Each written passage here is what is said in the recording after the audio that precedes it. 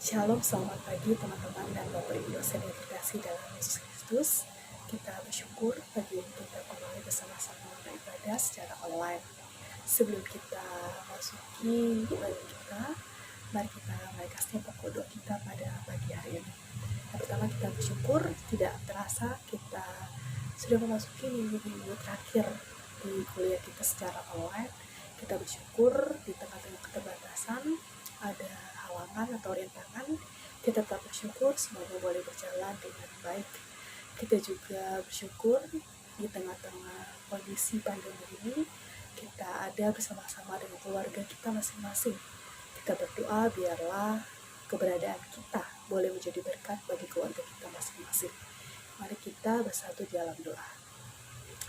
Bapa di surga, terima kasih, kami bersyukur tidak terasa kami telah memasuki minggu-minggu terakhir di perkuliahan kami secara online.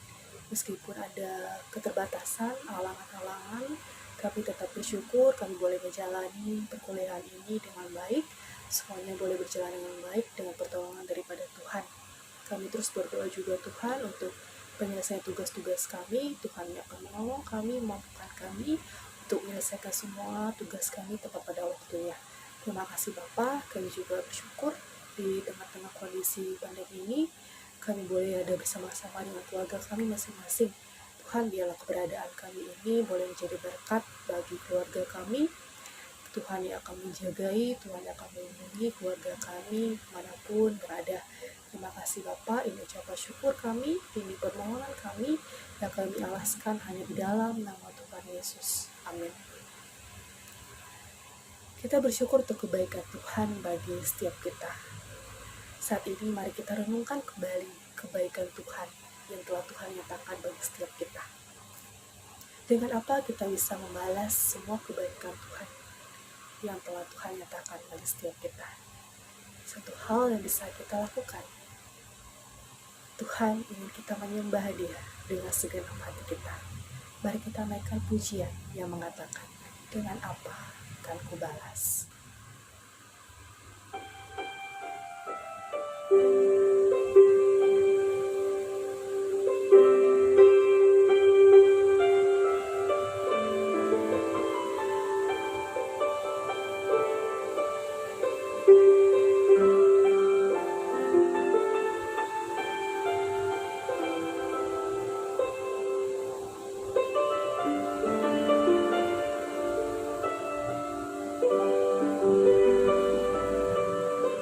Mari kita naikkan pujian ini dengan hati yang sungguh.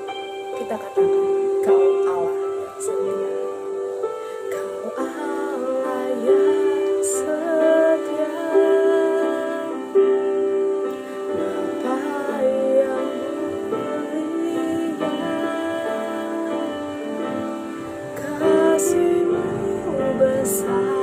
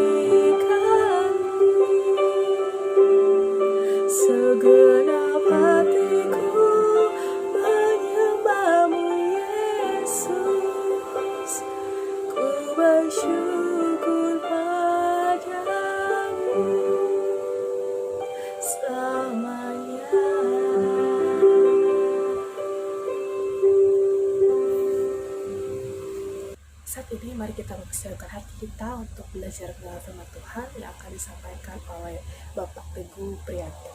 Namun sebelumnya, mari kita menaikkan sebuah pujian yang mengatakan, berikanku hati.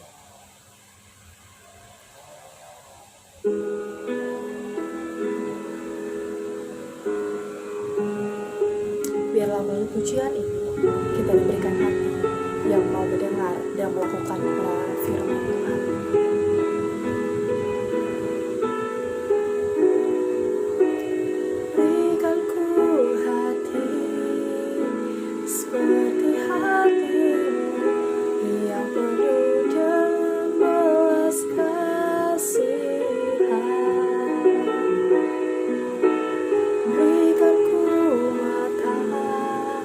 seperti matamu memandang tuayan di sekelilingku. Berikan ku tanganmu untuk melakukan tugasmu. Berikan ku kakimu melangkah dalam rencanamu. Berikan ku hatimu.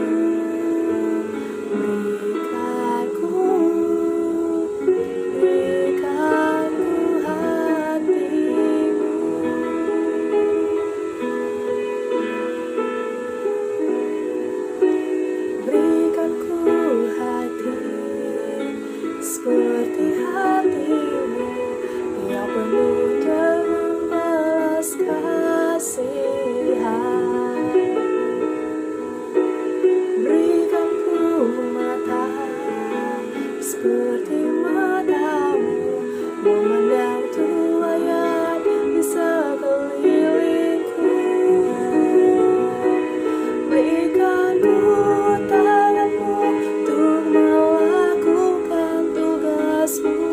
Berikan ku kakimu melangkah dalam rencanamu. Berikan ku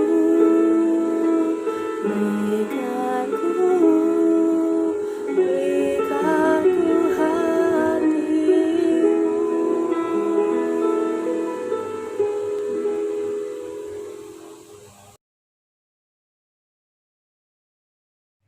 Shalom Bapak Ibu Saudara sekalian.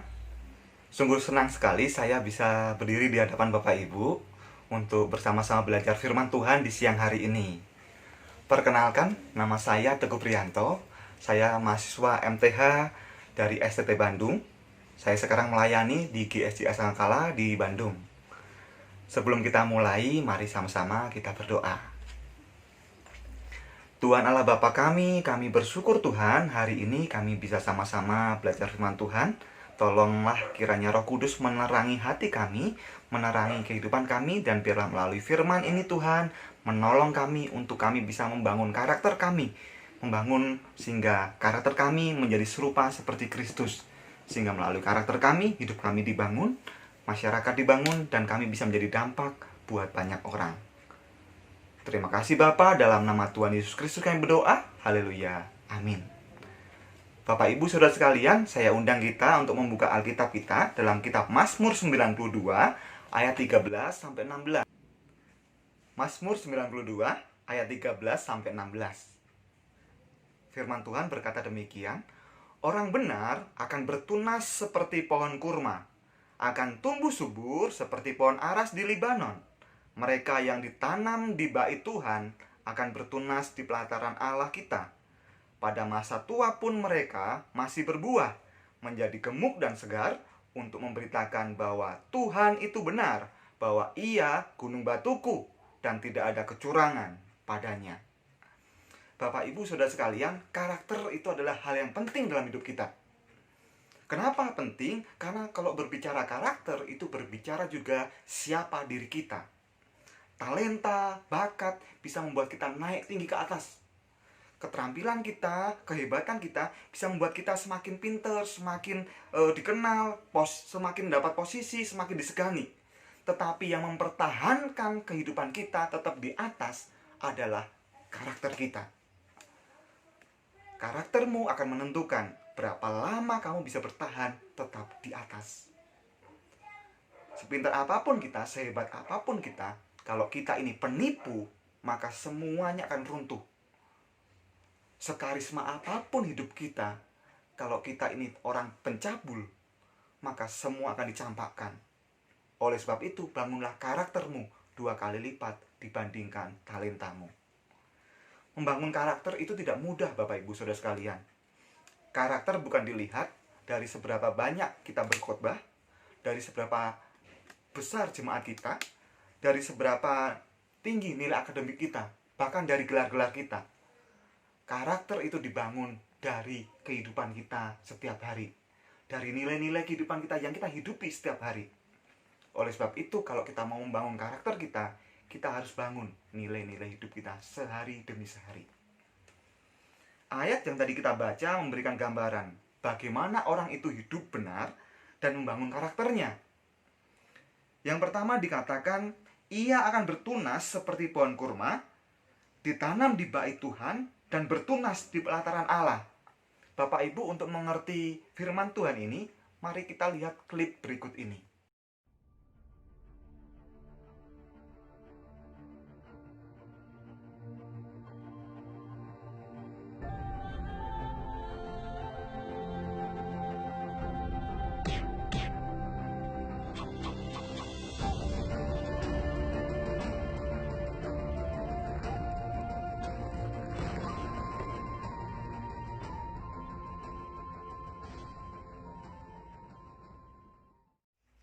Klip tadi memperlihatkan kepada kita bahwa pohon kurma ketika bertunas, dia mementingkan untuk membangun akarnya.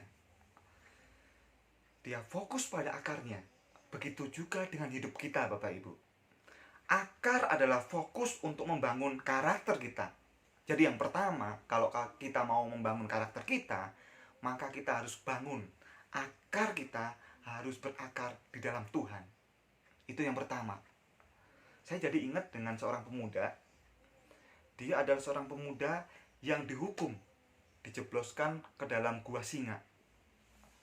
Dan menariknya adalah, dia bukannya mati dimakan singa-singa, tetapi justru dia tenang-tenang saja. Karena mulut dari singa itu terkatup. Iya, dia adalah Daniel, Bapak Ibu. Kita semua pasti tahu cerita heroik ini. Daniel bisa tenang di dalam gua yang penuh bahaya, penuh singa itu. Kenapa? Bukan karena dia kuat, bukan karena dia pakai baju besi, tetapi dia tahu dia itu berakar di dalam Tuhan. Dia membangun hidupnya dengan kehidupan doa yang rutin. Dia tahu mana prioritas, dia tahu mana yang utama, dan dia pegang yang utama itu. Ini berbanding terbalik dengan dunia sekarang. Dunia saat ini menuntut kita untuk menjadi orang yang sibuk. Dunia sekarang menuntut kita menjadi orang yang serba cepat. Orang kerja siang jadi malam, malam jadi siang. Dalam dunia pelayanan pun sama. Gereja, STT, bahkan hamba Tuhan dituntut untuk menjadi orang yang sibuk. Beberapa hamba Tuhan bahkan dengan bangga berkata, saya bangga, saya senang, sibuk. Dari Senin sampai Minggu pelayanan. Seolah-olah Bapak Ibu menjadi pendeta yang tidak sibuk itu salah. Seolah-olah menjadi dosen teologi yang punya waktu pribadi di hari Minggu duduk tenang itu salah. Seolah-olah mahasiswa teologi kalau waktu weekendnya digunakan untuk diem duduk tenang itu salah. Bukankah Tuhan memerintahkan kita untuk memiliki waktu yang benar, Bapak Ibu Saudara sekalian? Waktu Sabat. Kita tahu itu perintah Tuhan. Waktu dimana kita membiarkan hidup kita tenang, berdiam diri, berhenti sejenak, melepaskan segala beban kita, beristirahat dan berdiam. Mungkin ada yang berkata pada saya Pak Pendeta, saya melakukan Sabat kok. Di hari Sabat saya berkhotbah, di hari Sabat saya melayani, di hari Sabat saya kunjungan, di hari Sabat saya melakukan banyak hal. Oh, bukan itu Bapak Ibu Saudara sekalian. Itu bukan Sabat. Sabat adalah waktu di mana kita beristirahat, berhenti sejenak, melepaskan dulu gadget kita, melepaskan dulu segala aktivitas kita. Kita gunakan waktu kita untuk menikmati Tuhan. Kita gunakan waktu kita untuk bersama-sama keluarga mungkin. Kita gunakan waktu untuk mengecas diri kita, menyegarkan hati kita kembali, Bapak Ibu Saudara sekalian. Ingatkah kita cerita tentang Marta dan Maria? Maria dipuji Tuhan karena dia memilih yang terbaik.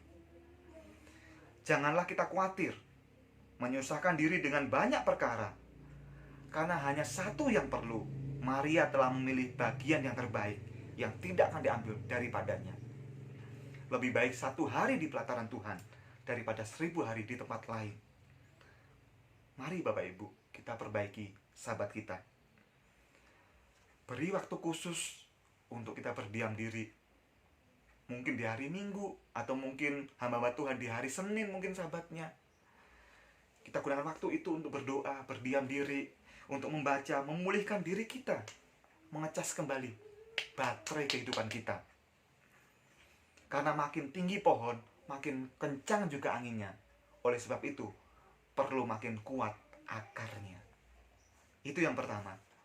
Yang kedua, Bapak Ibu Saudara sekalian, kita lihat firman Tuhan kembali. Firman Tuhan menggambarkan bahwa bertumbuh seperti pohon aras Libanon untuk memberitakan bahwa Tuhan itu benar, bahwa Ia ialah gunung batuku, tidak ada kekurangan padanya. Bapak Ibu Saudara sekalian, pohon aras itu disimbolkan sebagai pohon keagungan, pohon yang punya banyak kegunaan. Kayu aras dikenal sebagai kayu yang berkualitas tinggi. Alkitab mencatat bahwa kayu dari pohon aras ini digunakan sebagai bangunan bait Allah, sebagai bagian dari istana Salomo, bahkan beberapa juga digunakan sebagai perahu-perahu hebat. Semuanya itu menggunakan pohon aras. Oleh sebab itu, yang kedua Bapak Ibu sekalian, untuk membangun karakter kita menjadi orang yang benar, itu berbicara tentang dampak hidup kita. Mengapa dampak? Karena karakter itu diukur dan dilihat dari hasilnya, dari dampaknya. Sehingga orang berkata bahwa memang Tuhan itu benar, memang Tuhan itu gunung batuku, tidak ada kecurangan padanya. Sebagai contoh seperti COVID-19 ini, Bapak Ibu Saudara sekalian. Kita lihat COVID-19 ini. Dia virus yang tidak terlihat oleh mata, tetapi dampaknya merubah banyak hal. Ibadah kita berubah, cara bekerja kita berubah, cara kita sekolah juga berubah menjadi PJJ. Tetapi Bapak Ibu Saudara sekalian, kita juga bisa melakukan hal yang sederhana tetapi berdampak yang luar biasa, menyebar dengan cepat. Contohnya seperti senyuman. Bapak Ibu Saudara sekalian, senyuman adalah hal yang sederhana tetapi cepat menyebar. Senyuman kebahagiaan itu cepat menyebar, bahkan ketika dunia sulit apapun. Saya ingat ketika saya capek, ketika saya lelah, saya pulang ke rumah, kemudian anak saya menyambut dengan senyumannya, rasa capek, rasa lelah itu seolah-olah hilang. Saya pun menyambut dengan senyuman juga. Senyuman meskipun sederhana itu cepat menyebar, Bapak Ibu Saudara sekalian. Itu hal sederhana. Yang kedua, hal sederhana adalah kebaikan. Kebaikan sekecil apapun juga akan cepat menyebar, Bapak Ibu Saudara sekalian. Saya contohkan, misalkan ketika saya mau menyeberang jalan yang ramai, kemudian ada mobil, ada motor yang berhenti memberikan waktu untuk saya bisa berjalan, Bapak Ibu Saudara sekalian. Itu rasanya hati saya itu terenyuh. Saya merasa kebaikan ini harus cepat saya balas sebagai ungkapan terima kasih saya. Kelihatannya kecil, kelihatan sepele, Bapak Ibu Saudara sekalian, tapi sekecil apapun kebaikan itu akan cepat menyebar. Bapak Ibu Saudara sekalian, kita tidak perlu menunggu menjadi orang yang besar. Kita tidak perlu menunggu menjadi orang yang hebat. Kita tidak perlu menunggu menjadi pendeta yang luar biasa untuk bisa berdampak buat lingkungan kita. Lilin sekecil apapun itu bisa menjadi terang. Tidak perlu menunggu menjadi obor yang besar. Maka dari itu Bapak Ibu Saudara sekalian, mari kita berdampak, membuat kehidupan kita berdampak. Mulai dari hal yang terkecil sekalipun, kebaikan-kebaikan kecil dalam kehidupan kita, dalam komunitas terkecil sekalipun, baik itu di keluarga kita, baik itu di lingkungan kita, kelompok PA kita, di kelompok sel kita, di gereja kita. Mari kita gunakan waktu-waktu ini untuk kita berbuat baik. Bapak Ibu Saudara sekalian, karakter kita dibangun dari akar kita kepada Tuhan dan dari dampak kehidupan kita. Mari, saya dorong kita untuk terus berakar di dalam Tuhan, meluangkan waktu kita untuk melakukan sahabat. Dan yang kedua, kita mulai dari senyuman kita mulai dari kebaikan-kebaikan kecil kita. Sudahkah kita tersenyum hari ini? Sudahkah kita berbuat baik hari ini? Mari Bapak Ibu sekalian, kita bertumbuh membangun karakter kita di dalam Tuhan. Mari tunduk kepala, kita berdoa bersama-sama. Tuhan Allah Bapa kami mengucap syukur Tuhan, kalau hari ini kami bisa sama-sama belajar. Tuhan, kami mau karakter kami dibangun serupa dengan Kristus. Kami mau Tuhan mengawalinya dengan membangun akar kami Tuhan, sehingga akar kami semakin kuat di dalam Engkau ya Bapa. Dan kami mau Tuhan membangun karakter kami dengan memberikan dampak kehidupan kami, mulai dari hal terkecil sekalipun ya Bapa. Terima kasih Bapa, dalam nama Tuhan Yesus kami berdoa, haleluya, amin. Tuhan berkati. Demikianlah kebenaran firman Tuhan yang telah disampaikan, dan biarlah firman Tuhan ini boleh menguatkan setiap kita dalam kita melayani Tuhan dan mengikuti panggilan Tuhan bagi setiap kita. Ibadah kita selesai, selamat beraktivitas, Tuhan Yesus memberkati.